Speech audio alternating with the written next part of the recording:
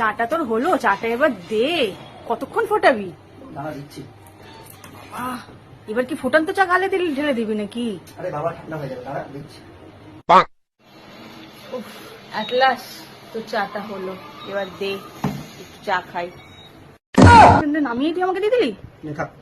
ভাই এত গরম চা কি করে খাবো? দাঁড়া, চা যখন আমি দিয়েছি আমি ঠান্ডা করার ব্যবস্থা করেছি, একটু ওয়েট কর। কি এবার কি বরফ ঢেলে দিবি নাকি চায়ের মধ্যে? তুই কি করছিস? এই লেখা